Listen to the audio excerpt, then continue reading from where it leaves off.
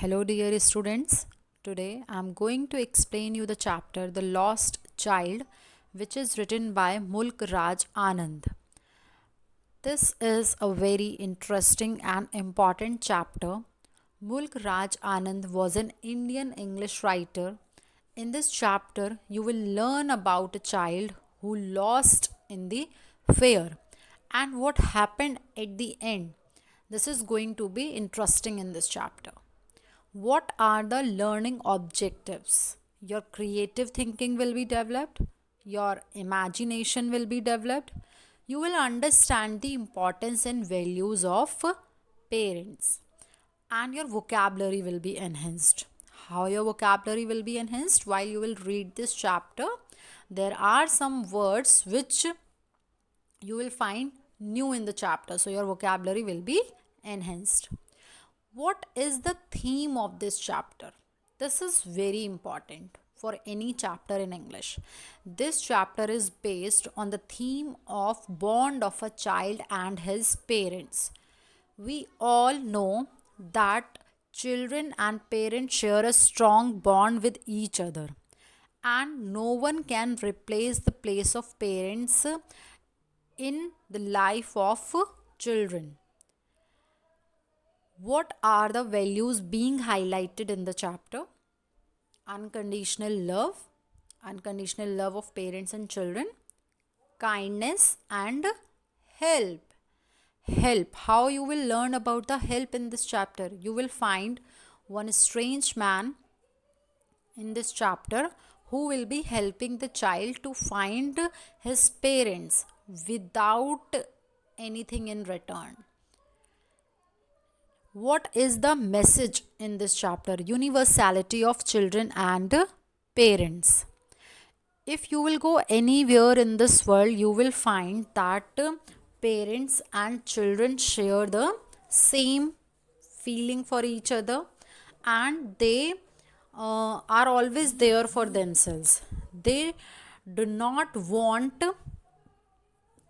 that parents do not want that their children should face any difficulty, and no one can take place of parents in the life of a children. What are the important characters in this chapter? Child, mother, father, and an unknown man. Unknown man who helped the child. Now I am going to give you the detailed explanation of the chapter. This story is set in the spring season. As the winter season had just ended, all the people came out of their houses and they were so happy, they were so cheerful. They were going to the fair, which was in the village, and they adopted different modes to reach in the fair. Some who could afford horses, who could afford bamboo carts or bullock carts, they used those things to reach there, and some were walking. The child was so excited and he was running everywhere. He wanted to go in the fair and he wanted to enjoy. He was full of life, excitement, and laughter. He was getting attracted towards many things, like in the starting, the child was attracted to the toys which were displayed at the various stalls.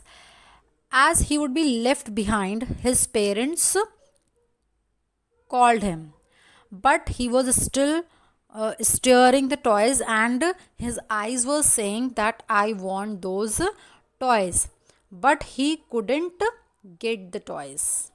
He couldn't get because his father showed him red eye, but his mother was trying to divert his attention towards the mustard field.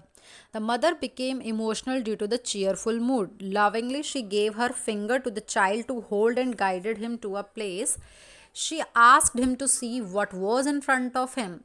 It was a flowering mustard field, pale like melting gold.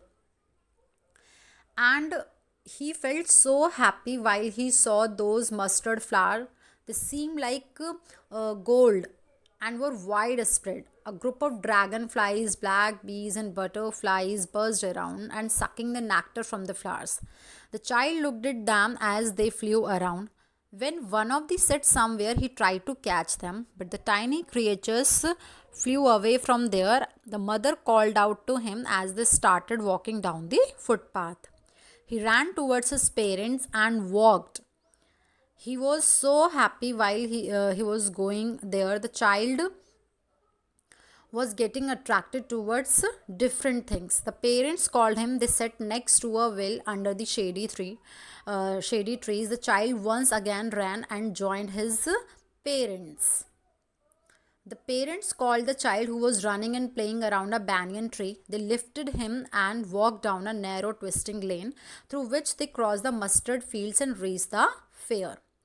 As they neared the village, the child could see many other footpaths full of throngs converging to the whirlpool of the fair, and felt at once repelled and fascinated by the confusion of the world he was entering. As they were about to reach the fair, the child saw a huge crowd of people walking from all the directions, and there were so many people. It was so crowded place. He felt so happy while he reached there.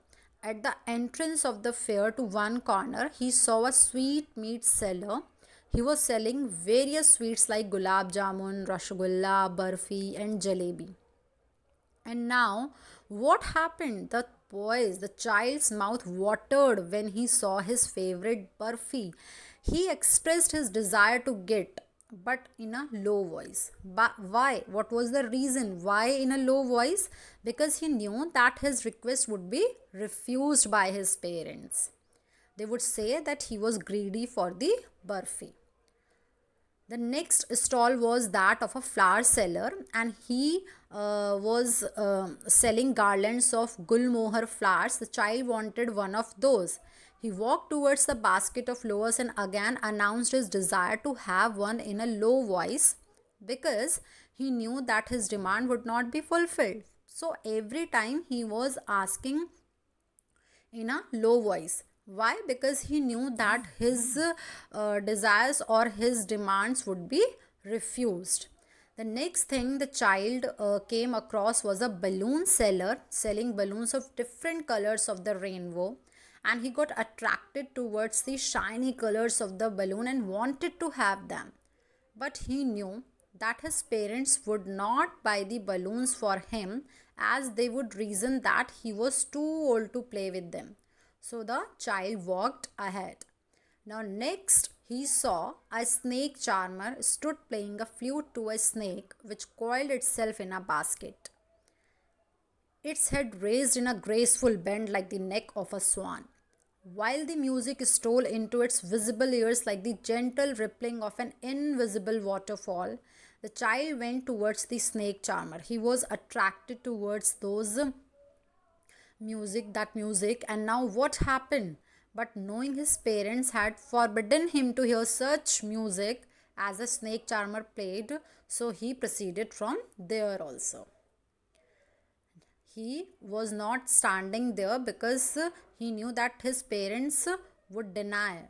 They will not give him permission to listen that kind of music also. Now what happened? Then he saw the roundabout swing. It was full of men, women, and children who were enjoying the ride. The boy was standing there, and this time he showed courage and expressed his desire to go on the roundabout. But there was no reply. He turned to look at his parents, but they were not there. He tried to look them everywhere, but he saw that his parents were not there. There was no sign of them. When he didn't get any reply, he turned in all directions. He saw that they were nowhere around, and now he started crying.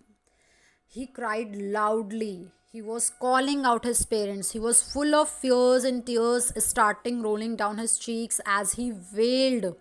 He was trying to find his parents, but he didn't find them anywhere. After some time, he gave up. The loud cries turned into mild sobs. He saw some people standing and talking and trying to find if his parents were among them, but he didn't find them.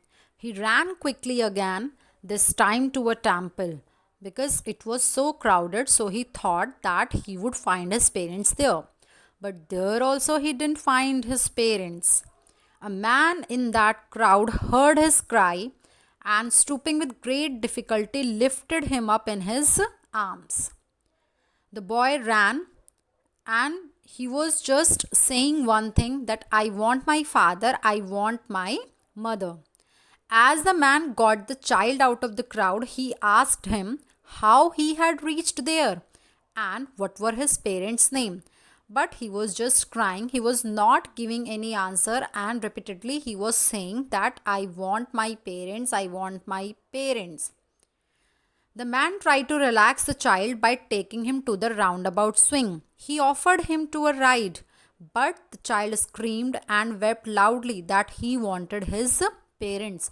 Did you see that he was asking for the roundabout? That time only he lost his parents, but now the man was offering him to take a ride on the roundabout, but he just ignored it. He denied for it. He started crying only, and he was asking for his parents only.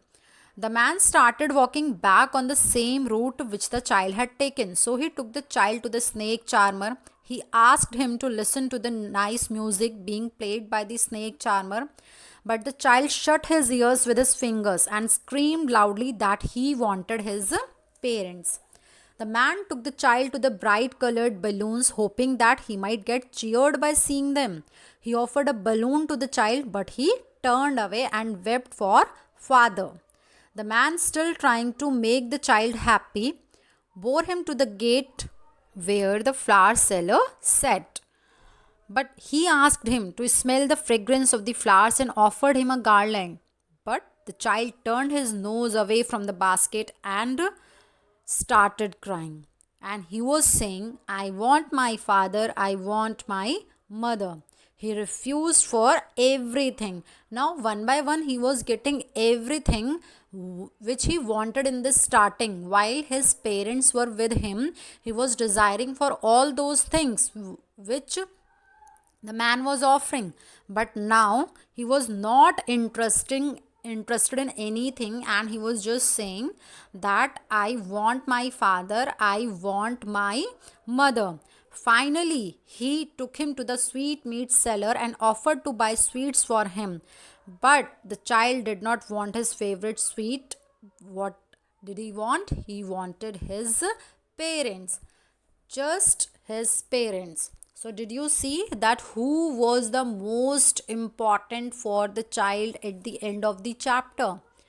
He was getting attracted towards different things, towards many things, but at the end, while his parents were not with him, he was asking for only one thing, and those were his parents. So, we can clearly say that parents are the most important person on this earth for us. I hope this is clear to you now.